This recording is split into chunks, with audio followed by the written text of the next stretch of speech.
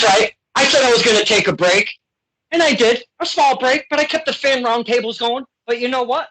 I'm not jumping on that train that I did before because I'm not doing 25 interviews a week. But I will say one thing. Look who I got. Stir in the pot. Kincaid with my very special guest, the anti-hero, Chaz Marinelli, right? Is that how you pronounce it? Marinelli at the end, right? Oh, yeah. Yeah, you got it right. Awesome. Hey, thank you, my man, for coming in, spending the time with us, the fans, and talking some wrestling. I appreciate it. Oh, man, it's a pleasure. Thank you. Thank you very much for having me. Yeah. Now, I'd like to really start off with, because the whole world is a topsy-turvy thing right now. You, yourself, your family, the whole thing, you all good from the Kincaid. The Kincaid. Do you see what I got? The Kincaid. I love that. But you guys are okay, right? You guys are... Oh, yeah. We're good. Toughest thing is not wrestling and not going to the gym like we were as far as the before the whole virus happened. But we're doing good. We're sticking in, and we're hoping that things start picking back up before this happened. Yeah, dude, I'm with you. I am totally with you. And I don't know if you men and women realize this, and I've said this a few times, but I'll say it again. The fans, we miss that ring just as much as you guys. I don't know if you realize that because, man, I talk to a lot of fans outside of the ring, and we are jonesing for wrestling so bad. So I want to say we're almost on the same boat, but I know you guys probably got a little bit better edge on us to wanting to get back in that ring. Now, sorry I'm smoking, but it's been a busy day. I usually don't smoke on the shows. Once in a while I do. But I've been running inside and out because we got a little fire going on in the pit in the back. So I've been keeping that going on. I had a fan roundtable. We had a lot of fun. I had a promoter come in. I do a surprise guest when we get like 4, 5, 6 fans all together in one little Skype. And we had a hell of a time. And I am so glad that you could join us because now I thought that we've never met before. But before I hit the old record button, you did mention that we have met. Please remind me because we know that Don Kincaid is not all fucking there, my man. So give me a reminder, please. So a lot of people that are unfamiliar with my work, I work for Rhode Island Championship Wrestling, which is located in the Chop Shop. We actually crossed paths before an RSW show. It was actually at a MAW show, if I'm not mistaken. And we had met before that show ended. Don't mind the dog. That's okay. But That's quite all right. We had met before the show had ended and before RSW had started, in between that little intermission time. Okay. Now, I would have loved to stay for the whole day because MAW was doing an afternoon thing, and then there would be another one in the evening. May it be RICW, may it be RWA, may it be whoever was running that evening. And I wish I could stay, but I've always had a crazy schedule. So I would have to come back to Connecticut because I'm like 2+ hours away from the Chop Shop, man. So, to come back and get ready for another show in my area, it was a little rough doing, but hey, it is what it is. If you want to fucking see the wrestling, you got to take the drives, as they say, Oh, yeah. Now, MAW, I do remember MAW because I had some of my most fun at MAW because when I first started going there, I went there for the very first time, sat in a seat, did my thing. They were very kind to myself, Fogman, his partner, Bruce, and we went there. My dad as well. I take my dad to all the shows. MAW was very kind, gave us media seating, if you will, which was very cool. That was nice to see. And we had some good time. So ever since I went that first time, I kept going back every month for probably, I don't know, man, maybe 6 months in a row. Like I just kept going back and back and back every time. And I would go to RWA and a couple other ones that went through, but I didn't get to catch all of the organizations in there. And I know I'm rambling on like a motherfucker, but you mentioned RICW. Is RICW your home promotion where you come out of? RICW, I actually co-founded Rhode Island Championship Wrestling, and it is my home. It is my home. It holds a very dear place in my heart for many reasons, but it is my main workplace as far as wrestling goes. I have had spurts in RWA as well as Watch This Fight, and other places as well. But Yeah. Watch This Fight, and not to slight anybody that you've mentioned. Watch This Fight. Something very special because of what they do, what they represent, and it's all charity type stuff. And I love Watch This Fight. Nick Kacheri. I always call him like 3 different last names. I never know what to call him, but I think I finally got it. Nick Kacheri. That is correct, right? Yeah, that's correct. Yeah. See, I knew I'd get it sooner or later. It took me about a month to get it, but I got it. Now, RWA, again, you've mentioned, I've been to RWA only like 2 times, but they were pretty big shows. And if I remember correctly, the very first time I ever went was a legacy show. It's like the WrestleMania of RWA.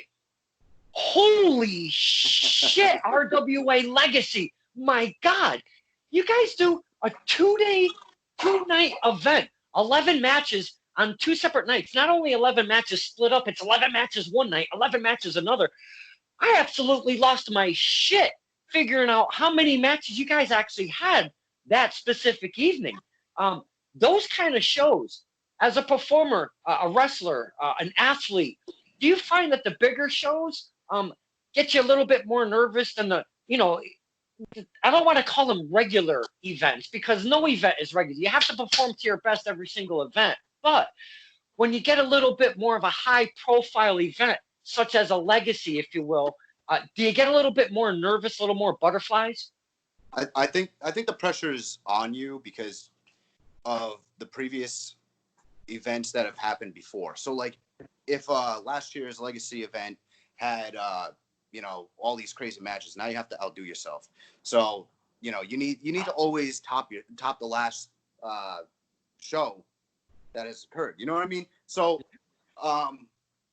so for like last year, actually day 2 of Legacy, me and Jamie Tucker, who's my tag team partner,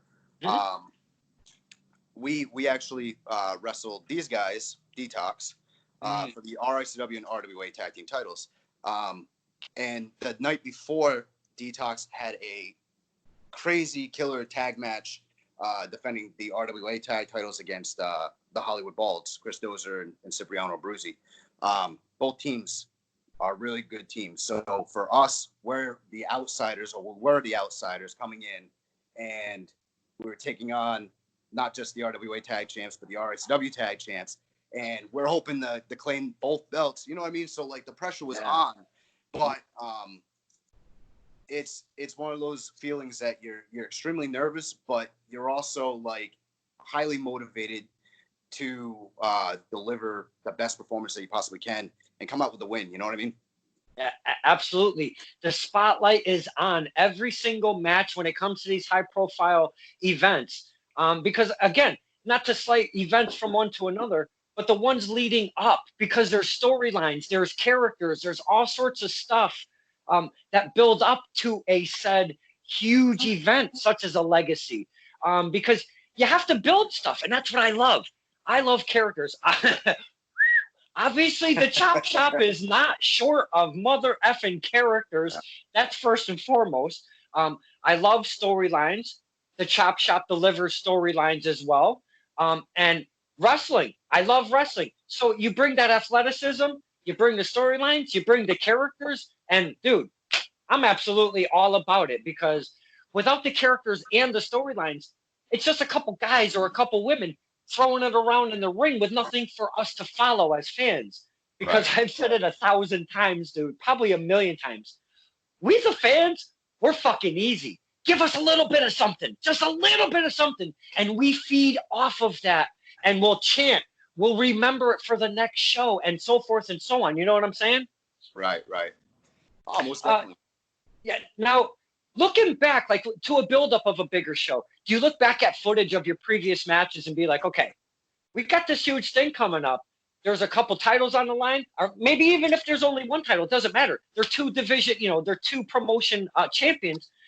Big fight coming up. Do you look back at some of your old stuff, some of their old stuff, or how do you kind of prepare for a match, something like that?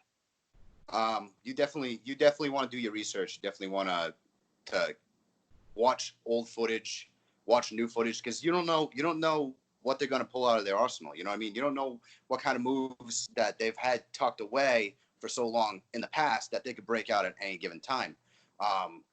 So when because we were going on and facing Detox on and off at RSW for probably the better half of a year, and it got to the point where, you know, we thought we knew all their moves, and then they pull something new out. You know what I mean? So then we would have to think of something new and pull that out, and then, you know, it was like a cat and mouse game. You know, one team would up the other, and then the other team would up that one. You know what I mean? It was crazy. But you definitely got to do your research on your opponents when you're getting involved, especially into a high profile match with like a championship. And doing that cat and mouse thing, that challenges both, not just both teams, all the athletes involved. And it really elevates your game, because now you're thinking, holy shit, this is what we did last time. How the hell am I going to, like you said, outdo the next time, or that match, or said move set? Now, do you maybe slip in a tag team move or a singles move just to kind of slip them a Mickey, if you will, just to kind of catch them off guard?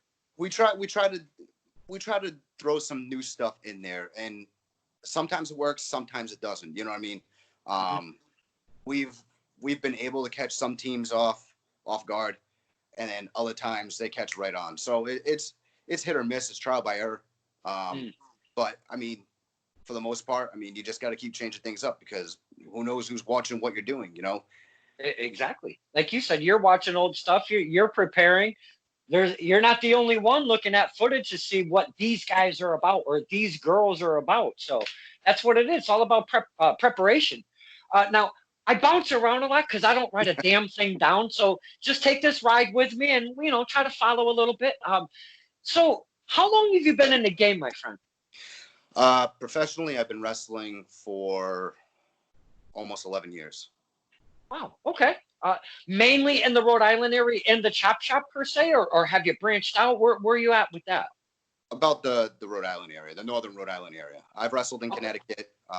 You know, there's little spurts here and there, but mostly Rhode Island. Well, when were you in Connecticut? I want to fucking know when you come to Connecticut, man. Come on. So I go back with Joseph von Schmidt. And, yeah. And I actually went down to run. But I actually went down to a Pro Wrestling Academy in Connecticut show. Yes.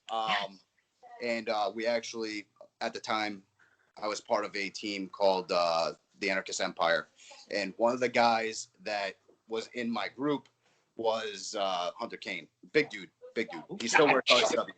I know. I'm sure you saw him at MAW. Oh yeah. So we had been invited down to PWA. We went down to PWA, and it was a very different atmosphere than what I was used to. But it was still cool. It was an awesome concept, and we got to face a great team. The Normals, Damien Darko and Jackal. Those guys are great. But you know, we got that opportunity to go down to Connecticut and work out of state. And work a great team like that, and I appreciate that opportunity. And if the rumors are true about PWA coming back, I'm game. Call me. Dude, I'm losing my shit, because check this shit out. I gotta light a cigarette for this one. You got me all amped up now. Jesus Christmas. I'm telling you, check this shit out. Now, I do this thing called the Fan Roundtable, right? Now we get a bunch of fans, and again, we get a surprise guest. So if I'll get like 4, 5, 6 of the fans that I've created some friendships out of the ring, we hang out, we talk wrestling. But not only that, I had Miss Scarfo as our surprise guest today. Okay. And boy, did we concentrate on PWA, on our topic of the roundtable. And we learned a lot about PWA. Now, the rumors are very true, my friend, because verification, official.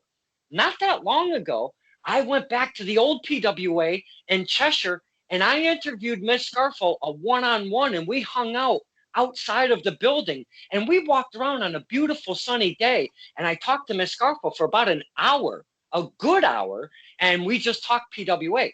They're coming back to Connecticut, they've started some stuff. Mr. Von Schmidt has started a little thing going on in Georgia that's related to PWA.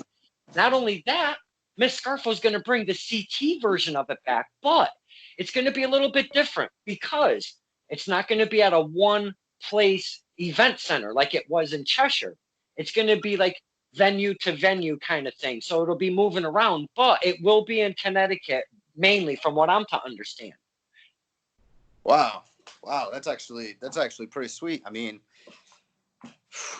because I would hate to go down to Georgia in this virus right now. You know what I mean? But I feel you. I'm not saying I wouldn't be willing, but No. that's a little hard to do at this point. But yeah, and I'll tell you, man. Oh, go ahead. I'm sorry. Go ahead. Oh no, it's all right. It's all right. I was just saying, if the opportunity ever presented itself to work in Connecticut again, I would be on board, just like that. All right. You know, we were asking questions. I went round robin and got a few questions out of the fans because some of them were aware of PWA, but some weren't. So it gave us some introduction to PWA. We talked the concept of PWA, and I want to jump into that just for a second. And I know we're kind of focusing on that for a minute, but the concept of PWA on the left side, if you walk in to the room, there's about 30, 40 chairs maybe. To the left, you have the faces. To the right, you have the heels, and they would line up on the outside of the ring. And then not only that, the uniqueness of that, but you would draw random numbers. So they would call off number 3. Number 3 would get in the ring. Number 8 would get in the ring. Dude, all of that put together in a ball of wax is such an amazing concept. I got hooked to PWA like that whenever I finally found them. But, man, I love PWA, and I cannot wait until they come back. That is going to be some fantastic time. So keep your eyes out, my friend. The rumors are totally true, and we're waiting for PWA to make that big announcement. Oh, definitely, dude. Definitely. I will definitely keep my eyes open. See what you do to me? You mentioned 3 fucking letters, PWA, and I just... but the reason being is because, like you said, it was different for you now. I want to get them back onto that topic. You're in the chop shop mostly. That's kind of where you've been comfortable working, if you will. You branch out. You come to PWA in Connecticut. How different, and it as a wrestler's perspective, because I won't be in that fucking ring ever. I weigh like 35 pounds, bro. I'm built like a fucking candle. Now, taking a drive from Rhode Island to Connecticut, what's kind of the thought process of, I've never been to this company. I've never worked with these guys.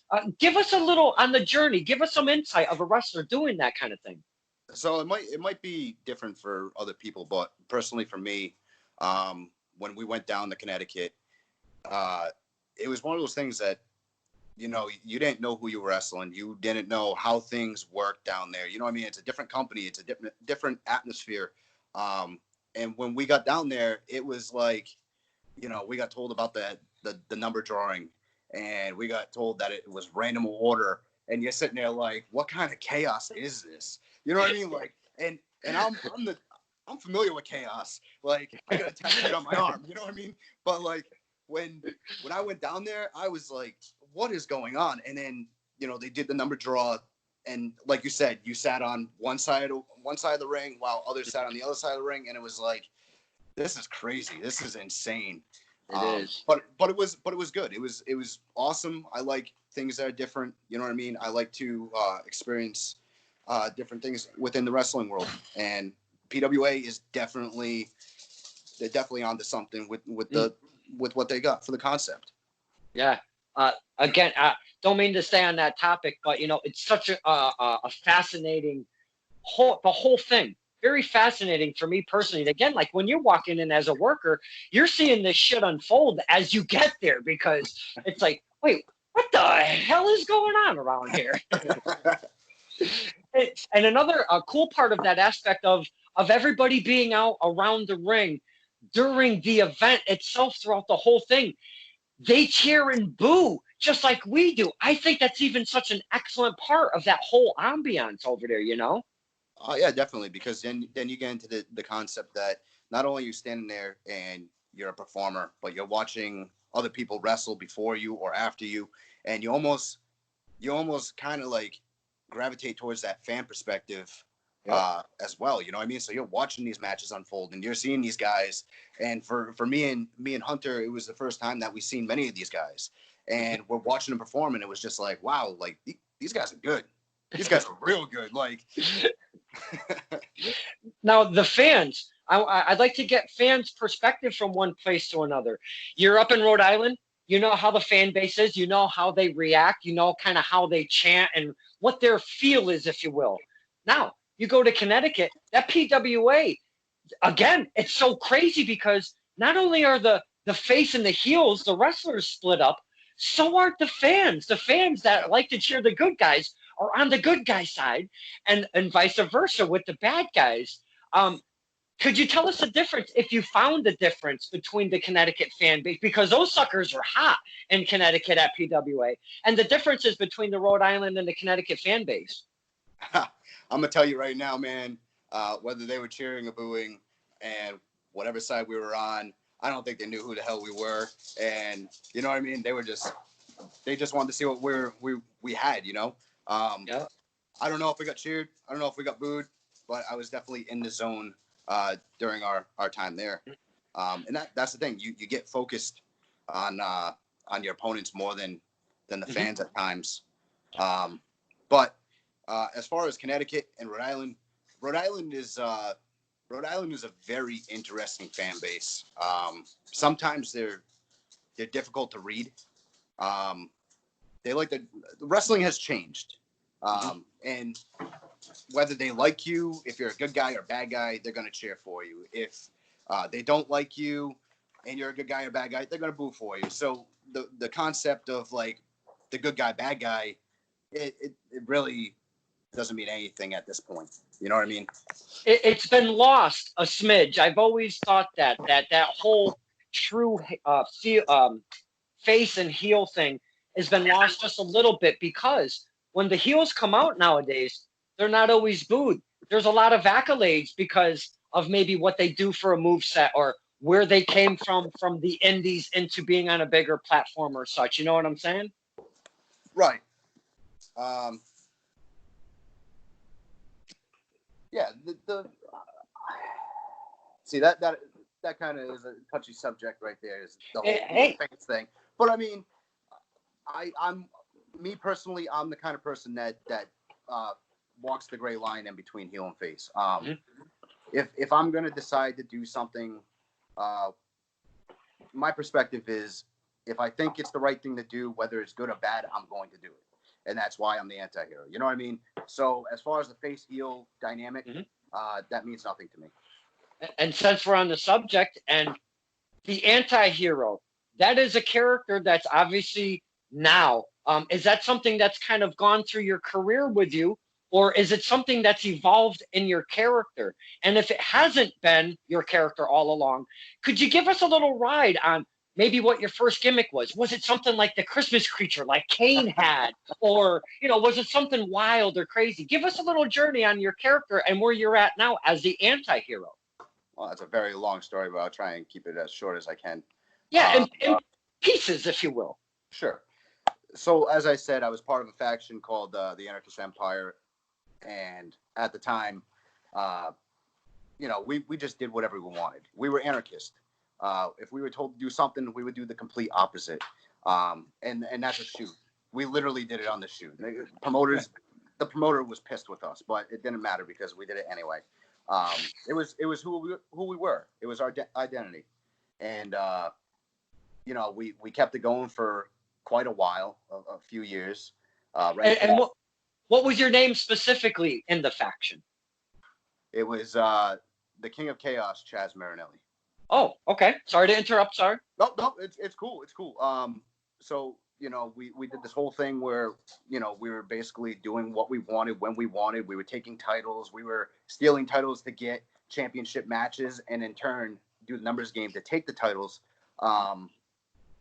It was just complete utter chaos, and that was the way we did things. And that lasted for a while, like I said. And then when you reach the pinnacle, the top of the pyramid, man, right, you go down. And my brother was involved in it, my brother Johnny, He's been a big part of the group. He ended up retiring. My ex-girlfriend, Jacqueline Sparks, who was my manager, she ended up turning on me with Hunter Kane, almost ending my career right then and there, tombstone on concrete. So everything started falling apart, you know what I mean? And at that time, you know, I had all kinds of confidence that I was the king of chaos, you know what I mean? Like, I thought I was the king, man. I thought I was the king.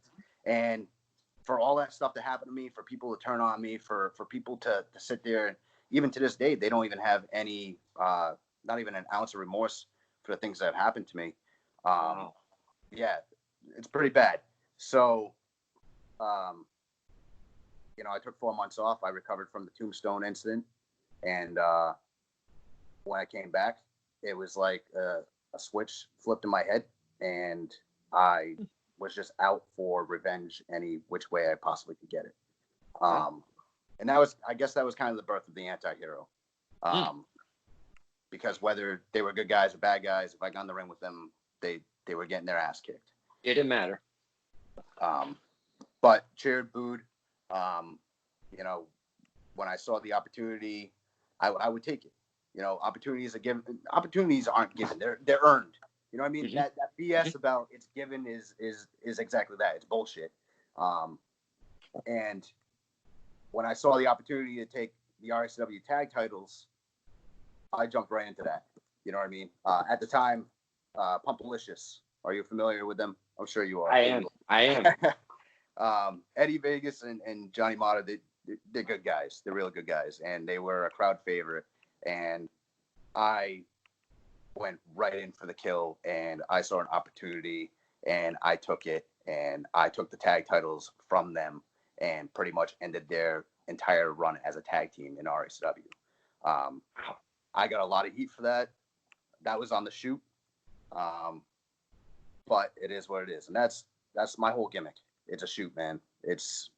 I'm either your friend or I'm your enemy. And that's how it works. How far away driven is the character from the real person? Because they say, and it's been kind of proven, some of the best characters are just an extension of yourself turned, jacked way up when it comes to wrestling. So how far apart is the person and the character right now as the anti-hero? Look at him smile. Oh my God. Not very far. Yeah. If anybody follows my Facebook page, my fan page, that those are true words. It's all true. Like what I say on the mic or what I say in a post is fact, 100% fact, and that's what I believe in.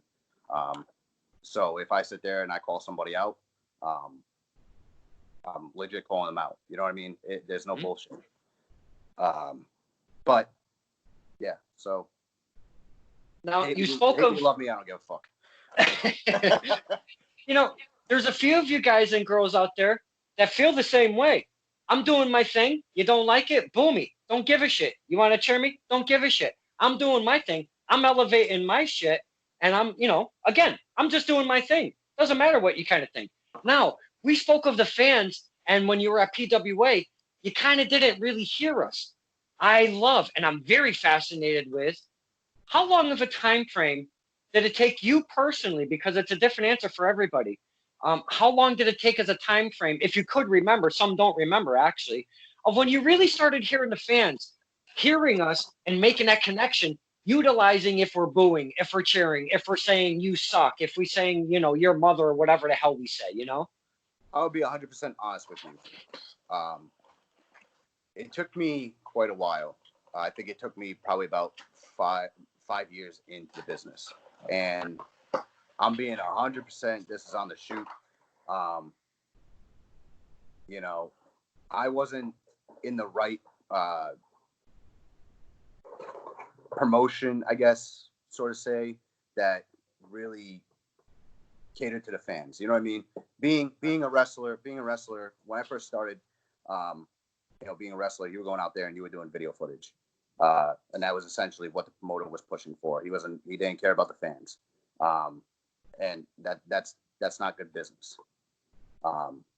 You want the fans to be interactive with the talent. You want the talent to be interactive with the fans. But it took me a long time to figure that out, and I'm glad that I finally figured it out, because otherwise I probably wouldn't be doing this. But the fans are what drives me, and the fans are what created what I am today. So I owe the fans everything. And maybe at times, I go deaf, and I'm focused and I'm zeroed in on my opponent, but I hear everything the fans say, whether it's social media or it's at the show live. I take that all into consideration. I hear everything that everybody says, whether it be negative or positive. You know what I mean? Nice. You have to balance both, and you can't just take up, hey guy, good job. That was awesome. That was great. Amazing. And all of that stuff. You need both sides of feedback, both sides of criticism, both sides of the table with the fans, because it just makes that nice equal balance of everything that you need as a wrestler. And I'll tell you, man, you're not the first one to say that it took, 5 years or so, because maybe it was the people you specifically started with. Maybe, like you said, maybe it might be the promotion, what the promoter is pushing specifically. So it could be a different elements, different factors along the way or along the road of becoming a wrestler. So you're not the first to say approximately 5 years. Believe me, you're definitely not the first. But again, that fascinates me, because that tunnel vision of getting to that ring, getting to look at your opponent, remembering, I need to do this, I need to do that, I want to make sure everybody's safe in the ring, the referee, the manager outside, the whole thing. So I can understand the tunnel vision. Do you find yourself still, and I think you did mention it, do you find yourself still with that tunnel vision just a little bit? Every once in a while. It depends on how much, how focused I am. You know what I mean? If I'm like, if I'm in a built up battle between somebody, a built up feud, if you will, and the one thing I want to do is win. You know what I mean? There's nobody in this business that sits there and honestly says, "Hey, man, I'm just wrestling to wrestle." No, you want to win. You want to win every match that you possibly can. You want to win every championship that you possibly can, and that's how it is. You want to get the big paydays. You want to get the big contracts. That's how it works in this business. So when I'm in a match and there's somebody that's standing in my way, that's been there time and time before, and I just need to get them out of my way. You know what I mean? That's the focus. I'm so zoned in that I don't pay attention to what's going on around me. And sometimes, that ends up bad for me, because you know what I mean? You're focused on somebody, and you could have something happening behind you that you don't know of.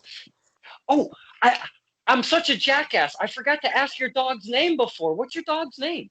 My dog's name is Ivy, but she sometimes goes by Asshole, because she could be an asshole. Ivy, aka Asshole. I love it. That's amazing. Now, behind the scenes, I don't like to draw that line. I know where the boundaries are. Not all fans do, but I seem to kind of find, where the boundaries are. I know not to pass them. But behind the scenes at the Chop Shop, there's a lot, and I do mean a lot of camaraderie, the brotherhood, the sisterhood that goes along with the wrestling, behind the scenes, if you will. That Chop Shop, man, great times I've had over there, and I've got to get back. I know it's a little ride, and I've just got to bite the bullet and get my ass back out there when everything kind of calms down. I'd like to kind of get your perspective on a few of your favorite kind of opponents that you've been in the ring with, that you feel that have maybe elevated you in a specific match or a specific storyline or even a specific promotion. You can only give us like 2 or 3. You don't have to go on a long list. But the list is long, but I will give you 2 or 3. Okay. I'm sure it is long. Man. And this is not to slight anybody that does not get mentioned. This is not to slight anybody. But this, again, gives us an introduction of the fans that don't know yourself or some of these names that you're going to spit out. So it kind of gives us a chance to be introduced. So, like I said before, me and Jamie had been involved in a feud with Detox. Jason Devine, Ricky Medeiros, those guys they're something else, man. I'm surprised that they're not like everywhere right now. Maybe it's just people haven't like seen them, but they're phenomenal talent, man. They are phenomenal talent. They are the real deal, and they've definitely pushed me and Jamie to a whole nother level. And I just they're great, man. They're a great tag team. They're a real great tag team. I think they should be in a lot of places, and they should definitely be in other states. Um, but yeah, there's been a lot of battles with them for the tag titles between RWA and RSW. Um, the Unbalanced Messiah, Chris Dozer, he was another one. We got into a big feud last year at Extreme Retribution in August, I think. We called it Faction Wars. It was a 5-on-5 hardcore tag match, elimination style. It was fucking nuts. Oh, Damn. Yeah. And it was the Brand versus Salvation, and it was something else, man. And then we're actually gonna do I know it's planned for the future that we're gonna do a watch along with all the members that were involved in that match, with that match being released as well. So that'll be cool. But yeah, that was something that pushed me beyond my limits as well, because I used to be a big hardcore wrestler, and getting involved in that kind of like reawoken something in me. You know what I mean? But yeah, lots of concussions during that match, by the way. Lots of blood too. So that was a good match. All those guys, everybody on Salvation, Vinny Abruzzi, Cipriano Abruzzi, Jack Kruger, Chris Dozer, even Jacqueline Sparks. Jacqueline Sparks is man, that girl could punch. She could punch. She's definitely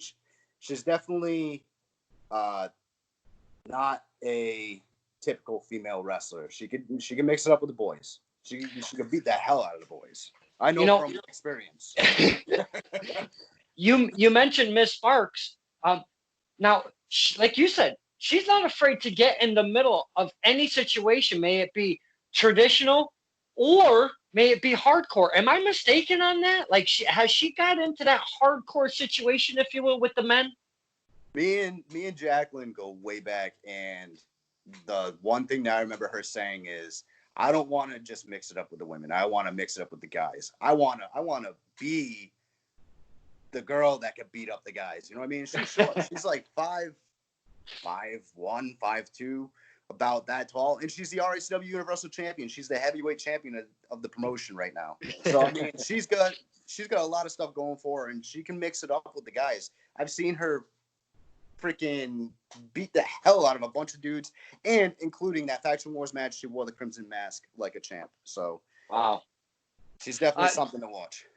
Now, you've mentioned a few of these 3 call letters. We're talking RWA, RSW. Could you please explain to the fans so we can get on, the face page and stuff like that, and maybe look up promotions that maybe some of the fans have never heard of?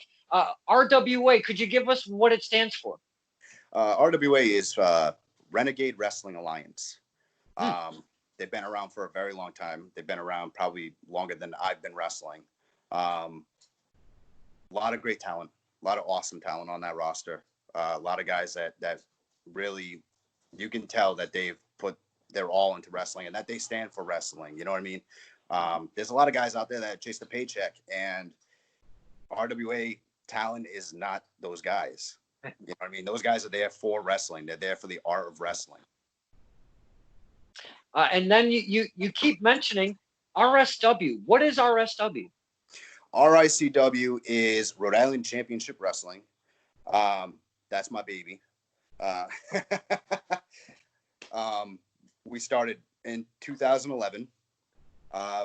We started out as a promotion that was for the guys that couldn't essentially afford wrestling school, so they would come down and train with us, and we would try and make them better and put them on the right path.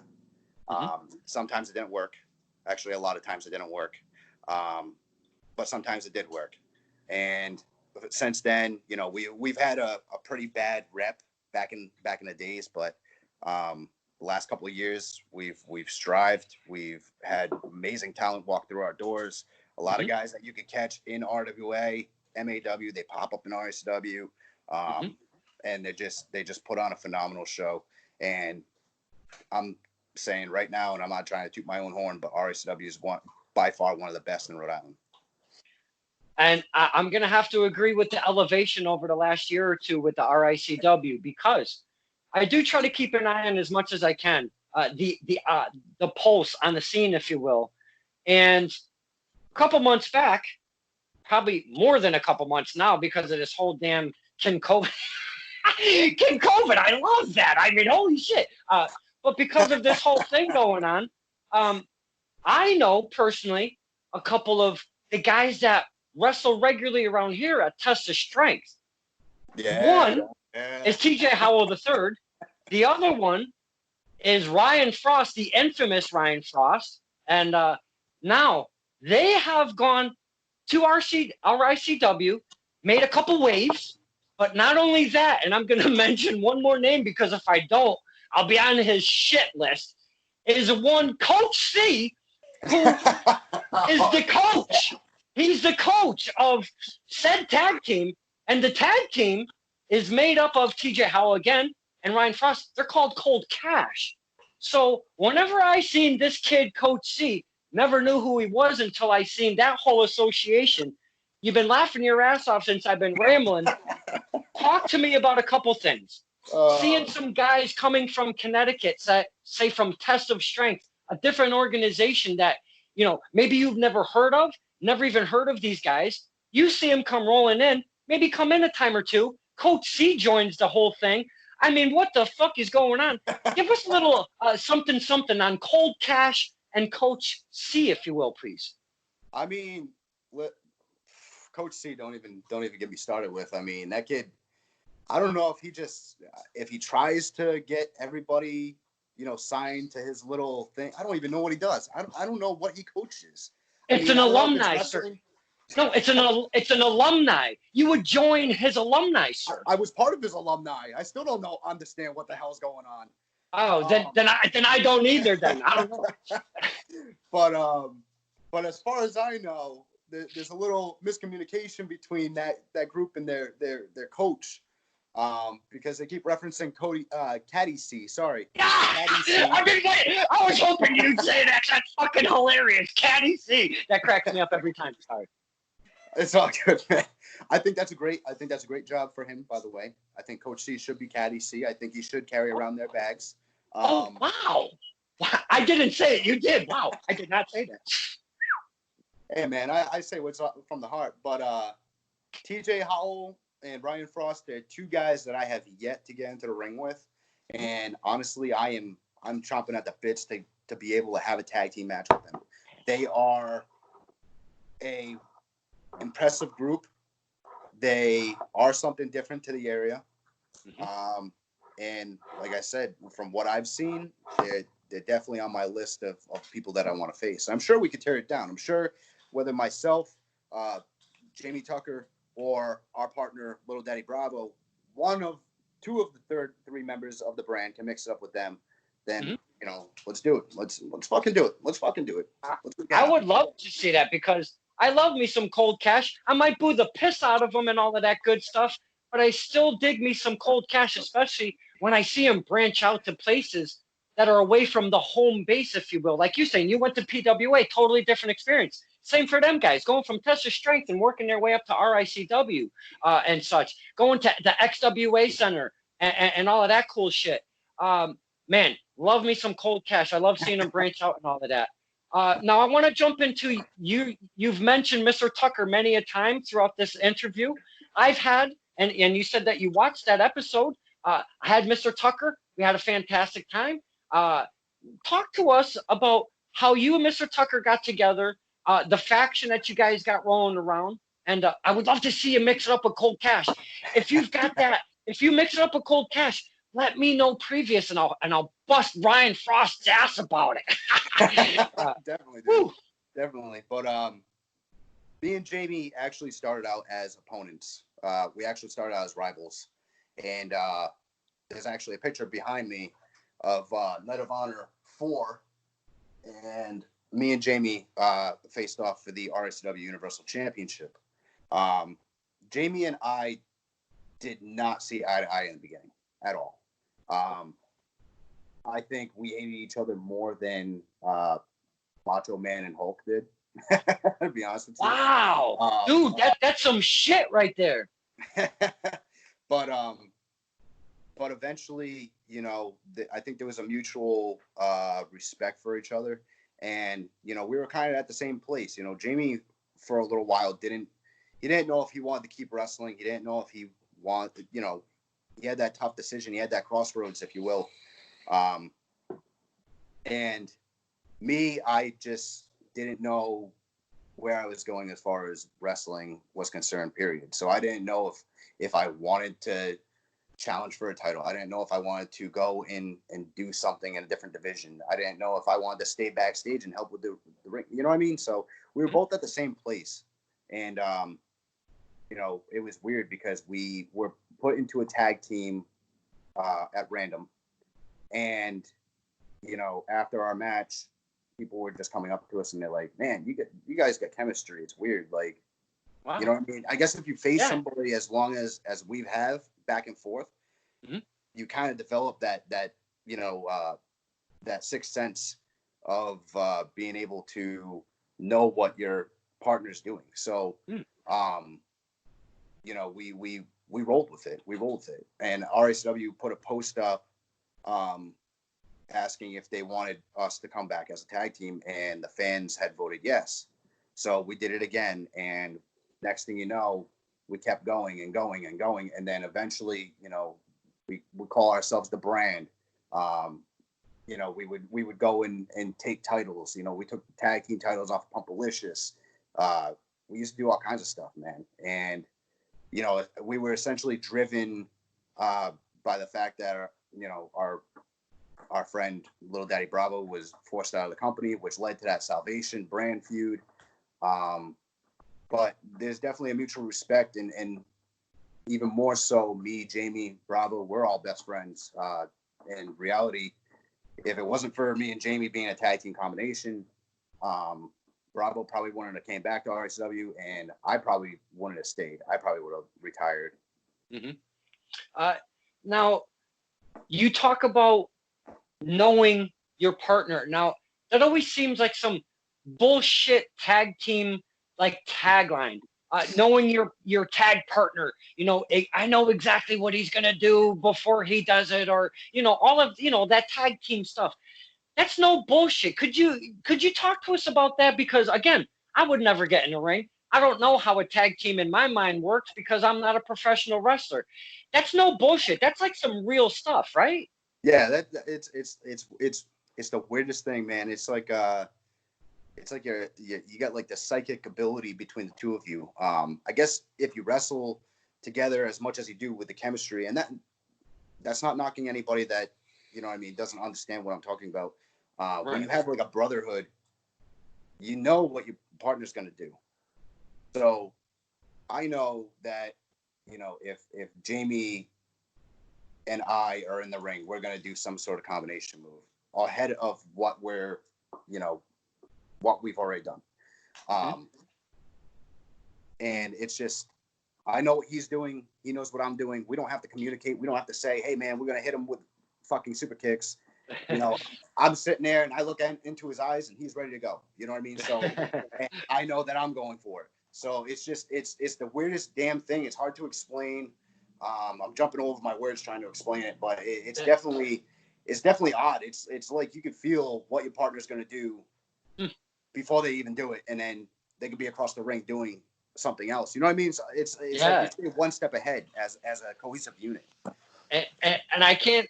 You explained it, and I know you jumbled just a little bit, but you explained it enough to where I'm like, I get that, because I would never be able to experience that kind of thing. I always watch it from a distance. I always hear the promos and stuff like that. That's why I don't think I've ever asked that question of anybody, because it just seems like a cliche-ass tagline. You know, I know what my partner's going to do before he does it and such. So it just seemed, you know, I'm actually glad that it's a real kind of thing. a good tag team, as far as like chemistry goes, they're gonna do moves fluently. They're gonna, you know what I mean? Like they're gonna be, they're almost gonna act as one. You know what I mean? You could tell the difference between a forced tag team and Right. people that just have chemistry organically. You know what I mean? Absolutely. You can tell Is by. there? Oh, go ahead. Go ahead. Oh no, go ahead. Is there any specific tag team move that you like to like do more than others, or maybe one or two that you're like, oh man, I can't wait for this move to come up? Oh boy, yeah. We got a bunch of moves. We got a move that we like to call the way. Long inside joke, but I'm sure anybody that has Facebook and has knowledge of social media memes understands where we're going with this. But we The have Mandalorian. Tell me it's the Mandalorian, please. No, it's not the Mandalorian. Oh, fuck. So, yeah, it was Ugandan Knuckles. It was Ugandan Knuckles. But we did it as a joke. We called it as a joke, and then it just stuck. It was the damnedest thing. But essentially, we take our opponent, we run them into the turnbuckle, and we do a forearm train. So I come running in, I hit a forearm. Jamie comes running in behind me, hits a forearm. And if we do it with three people, Bravo comes running in, hits a forearm. We snap near them, and then we do a triple super kick or a double super kick, some sort of sandwich super kick combo. So that we call that the way. And it's, I guess, Jamie was telling me a little while ago that it's catching on, and people are calling that combination the way, regardless of who's doing it now. So I guess, hey, we're trendsetters. But we do that, and we do a combination of our finishers. Jamie does a double stomp onto our opponent, who's on my shoulders for the burning hammer. He'll hit the double stomp, and then I hit the burning hammer. That's just a couple of moves that we do, and we got a plethora of them. We just, if we think of something, you know, we'll do it. Have you ever killed anybody with the double stomp burning hammer? That sounds fucking insane, dude. Oh, hell yeah. He's like, oh, hell yeah. There's another move. I mean, it's funny that you bring up Tilt, because there's one move that we actually call murder. So it's a three-way move. Bravo will scoop the guy up onto his shoulder in lawn dart fashion. Jamie will hit the double stomp, and Bravo will then send him into me for a cutter. And we call that the murder. We fucked up quite a few people with that move, and it's hilarious. It's hilarious. That's funny as fuck. Fuck Ricky Rivera.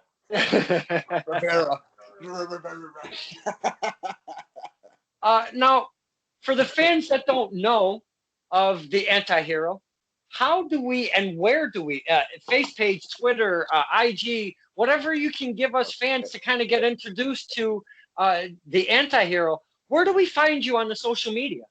There's plenty of places. I have a Facebook page, AntiHero Chaz Marinelli. I also have a Twitter page, which I think is BTTF Chaz. I'm unsure of that one. I just created it. You can try it, though, by all means. I'm never on Twitter. I created it, in all honesty, to join the Dark Order. That was the thing that I wanted to do. So I also have videos up on YouTube under the official RICW YouTube page. You can catch all of our latest videos and stuff up there. Instagram, I stay away from that shit. I'm all set with that. Now the kids, they like themselves some TikTok. I've stayed away from that specifically. Are you doing any of the TikTok stuff? Those little quick videos of doing some wacky shit? No TikTok for this guy. No TikTok for this guy. I'm busy as is. I am way too busy to do a video like that. I'm all set, man. Now, with everything being locked down, and I know some things are starting to open up and whatnot, but with everything that's been locked down over the past couple months, how has the AntiHero been able to kind of keep himself going wrestling-wise? physical training, mental training, no matter what. Have you been able to lift weights, do cardio? Have you been doing any of that on the reg to kind of keep busy and being prepared for when the fucking floodgates open and we all go running out like horses and shit? Like, it's gonna be mental, bro. So for the first month and a half, I did what everybody else essentially did, and I sat on my ass and I played video games. And from going to the gym 3 times a week and having a labor-intensive shoot job, doing all the things I was doing and staying active, and then stopping for a month and a half was like hitting a fucking brick wall. My body feels better now than it did maybe a month ago. But that first month and a half, I gained all the weight that I had taken off. So it was bad. And then I just started working out. I back at my shoot job. I'm working there. So that's cardio. That's, heavy lifting. I started to lose weight again. I'm starting to eat better again. So, I mean, it was tough, but now I'm starting to get back onto the right track. And the thing is like when this comes back, I want to be in the best shape that I possibly can. I want to be in better shape. Put it that way. Yeah, that's a thing because I've put this out a few times, and I'm not trying to jinx any of you men and women out there. This is not the reasoning why I say it. What I am saying though, is I'm a bit worried because their bodies are healthy. The muscles have repaired themselves. The bones are back to where they're supposed to be, if you will, and stuff like that. The diet, like you said, when you kind of come off, you get a little bit of it off because you've changed your diet or you've just cheated all the time instead of trying to keep a regimen, if you will. So people want to be ready for when the gates do open. But what I am afraid of, sir, my point being is everybody's going to want to do the coolest shit event one and want to go crazy and mental and do all sorts of kooky shit that I'm feeling. And I hope that I am so wrong. I don't want to see anybody get hurt more than usual because I think a lot of people are going to try to do some kooky ass shit. I think, you know what, honestly, I do agree on that. There will be those guys that are going to try and stand out. They're feeling better than they did probably in years. And right off the bat, they're probably going to do some stupid things. Guys like myself, guys that have been in the game for a while, and that comment that I just made was towards like the younger guys like myself, guys like Chris Dozer or Detox, Mike Montero. Those guys, they ain't going to do that shit. They're going to take it easy because they feel better now. They want to stay feeling better. And that's all it is. We want to feel good when we get back into the ring. The amount of shit that happens outside of the ring when you like wake up in the morning, you got the snack, crackle, pop shit going on. Yeah, it's unpleasant, dude. But yeah, I feel really good. My muscles aren't torn like they were. My neck feels great. I have neck problems, so my neck feels great now. My lower back, shit that I've had problems with for years, everything feels good now. So I'm sure everybody else that has been, trying to stay active and not just lay in bed, because that's the worst thing that you could do being a professional wrestler is lay in bed and do absolutely nothing. Absolutely. Because your body it's almost like your body stiffens up. Yeah, because then what are you going to do when it's time to come back? All of a sudden, you're going to just start working out again. You got to keep on at least some kind of a diet, a regimen and such, or both to really kind of just be ring ready, Yeah, you got to stay active. You have to stay active. Like I said, I stopped doing everything for like a month and a half, and it was the worst fucking decision I made, because everything stiffed up. And then as soon as I started moving and I started lifting, heavy shit at work, I feel 10 times better. I quit smoking. I vape, but I quit smoking for the most part, and I feel a hell of a lot better. I feel like I'm getting into shape. I can breathe. Awesome. You know what I mean? My body isn't killing me anymore. So, definitely don't stop moving around. That's to everybody. Anybody that's watching this that's a professional wrestler that stopped, get up and be active. Even if you go and walk around the block or something, be active and eat better, because your body will thank you in the end. You know what I mean? Yeah. Absolutely. And I've never lifted a weight in my entire fucking life. So I'm no one to be giving advice for the physicality part of it or anything. But without the physical part, this part gets really, really screwed up because you need that whole package as a wrestler, my friend.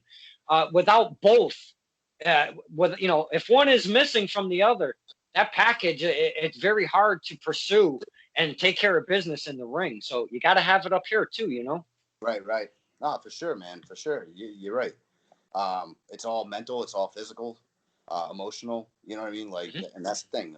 A lot of people, fans, don't realize that wrestling takes that much of a toll on you. That it's all mental and physical and shit. Yeah. You lose one and you're screwed. You're pretty much screwed throughout the rest of your career. Absolutely. Before I let you go, I would like to kind of touch upon when we do come back, whatever fucking normalcy is going to be like, we have no idea. And that first event is coming back. May it be any promotion, wherever, you come back and do that first event. Who are you looking forward to getting back in the ring with? And I know we've spoken of some names previously, but is there a specific storyline, a specific match that you're like, you know what? I got something lined up that's going to be really special for myself when we kind of get out of here. What do you got? You got a little smirk going on, my friend. Oh, me and the boys from the brand have some unfinished business, and yeah, Carlos V, Danny and Ricky Rivera, JD, the Lethal Latins, and RSW. Yeah, you guys are fucked. Oh wow! I didn't say that. I did not say that. He did. I did not. Please don't come and kill me. I did. Don't worry, Don. Don't worry. Okay. I'll take full repercussions for that. Thank you. Hey, that was very straightforward, right to the point. That's why there's no gray area. It's black or it's fucking white, baby. You know what, Mr. AntiHero Chaz Marinelli, I have. This has been an absolute fantastic hour. It goes by like that. I really didn't think you were going to stomach me for more than like 15 minutes, so I appreciate that. Bro, I could go longer, man. I could go longer. Yeah, absolutely, but I could go longer too because I don't know if you notice about me. I can chat a little bit. I don't know if you know that, but the reason why I kind of make it around an hour, because if we take everything now, then I wouldn't be able to get maybe a possible follow-up in the future. And that's something that I'd really love to do if that's something you'd like to be part of. Oh, for sure, Don. Anytime, man. Anytime. I got tons of stories. We can go in depth with a lot of stuff, man. That would be absolutely fantastic because, again, I don't write shit down. I don't research a damn thing because I'm a fucking idiot. So I just go full in. I just go in right by the seam of my ass. You speak from the heart, bro. You speak from the heart. That's what matters. That's what matters. Thank you, brother. I appreciate that. Now, we've talked wrestling. We've talked anti-hero. We've talked character. Oh, you know what I'd really like to get from you before we leave? Because I like to kind of gauge on the men and women that I talk to. Are you watching the current product being the WWE? And I know it's a weird time without the fans, but even before then, if you will, are you watching the WWE, Impact, AEW, and all of this stuff? I honestly, swore off WWE. Okay. I just don't like what it's turned into, and people are entitled to their opinions. But I feel like it's just gotten really, really fucking stale. As far as what I watch New Japan. I did watch ROH before all this shit hit the fan. I stay tuned to All Elite. I'm big on All Elite. Call me a fucking idiot. I don't care. I think it's a lot more entertaining than what's going on in WWE. Yeah, and I'm hoping to catch Impact very soon because I heard some good shit's coming along the way. So that's where I'm at, man. Impact, their roster, there's no mainstay roster. I mean, kind of now to a degree there is, but it's very obviously independent driven. And boy, we get to see some very familiar faces in Impact Wrestling, my friend. And another place that I want to mention that you did not, and I know sometimes it gets forgotten because it's been away for a little while. NWA has come back, and it has a very, very old school feel to it. Have you been able to catch any of the NWA stuff? Yeah, man, I'm actually a big Matt Cross fan, and Oh my God, I love fucking Matt Cross. M-Dog, I've watched him since Wrestling Society X days, like when MTV ran that fucking train wreck. But I've been a big fan of his. I've watched his backyard wrestling cameos, his fucking Lucha Underground shit. But I've caught NWA. I just actually was going to watch the Marty Scurll Nick Aldis match that happened a little while back. Marty Scurll's fucking awesome too. But yeah, NWA, dude, and there's a lot of people from the area that have actually been popping up on there too. So I mean, you know, that's actually a pretty good thing that they got that, because they actually have I believe it's an open invite or something like that towards the indie scene. So if you travel down there, well, probably not now, but if you did travel down there, I think you could have a tryout down there, which is something different rather than going through a performance center and shit. Dude, do the reach out thing, because I grew up with the old school stuff. I mean, I was watching since I remember from back when I was 8. I've probably been watching on the TV before that, but I really remember my first live event, and that's kind of where I take my ride from, is when I was 8 and beyond. I love the old school stuff. So when NWA came back, and they looked, oh my God, they look almost fucking identical from where they were before. I was waiting for Dusty to come out. I'm waiting for Ric Flair to come out. I'm waiting for the Horsemen to fucking come out and cut a promo. That's the feel that you get from the new NWA, and I absolutely look it. I got fucking chills right now. That's how I love NWA, man. I love that shit. That old school feel is good stuff. Oh man, yeah, it's still different in the aspect of you seeing more no names, but like the grainy video footage, the old school ring setup, the fucking even the no entrance music, like that's a crazy concept, dude. And not only that, but they throw in that corny ass fucking commercials that they do with. You ever see the corny commercials Oh my God, please. But yeah, dude. I mean, I can't believe I let NWA slip out of my head, because I was watching NWA TNA. I grew up on NWA WCW, so I mean, yeah, shame on me. Yeah. Hey, again, we could talk for hours, because that's what wrestling does to people that are invested in wrestling and that have a passion for wrestling. And obviously, my friend, you have a great passion for wrestling, and I cannot wait until I get back to the chop shop, see you in action, along with the whole brand and everything going on up there. And I'm looking really forward to everything coming back. And not only that, getting a follow-up down the road in the future from Mr. AntiHero. That would be fantastic. So we can talk more, get to know you a bit more, see where you're at down the road, man. That would be fantastic. Oh, for sure, man. For sure. I appreciate you having me on the show tonight and doing what you do. Keep doing what you do, because you're just as important as the wrestlers, man. Guys like you are just as important as the wrestlers and just as important as the fans, because we all have the passion of wrestling, dude. We all love this business, and we need all the love that we can get in this time, man. Well, I appreciate those kind words. That's the little back and forth love that we share. Again, wrestling. That's what it does, man. We make friends. We get a little bond going, and a little love just gets thrown back and forth, because you know what? That fan roundtable that I do, that's all we do. We get together, we laugh like a motherfucker, and we just show a lot of love to each other. It's just a bunch of fun. But it's surrounded about wrestling, man. And we just have some good times. So this has been a fantastic sit down, and I can't wait for the follow-up in the very near future. This is Stirring the Pot with Don Kincaid and my very special guest, the AntiHero. Now, I know there's not the at the beginning, but sometimes you just got to throw that in there. The AntiHero, Chaz Marinelli. Thank you, my man. It's been an absolute pleasure. Thank you, Don. I appreciate it, man.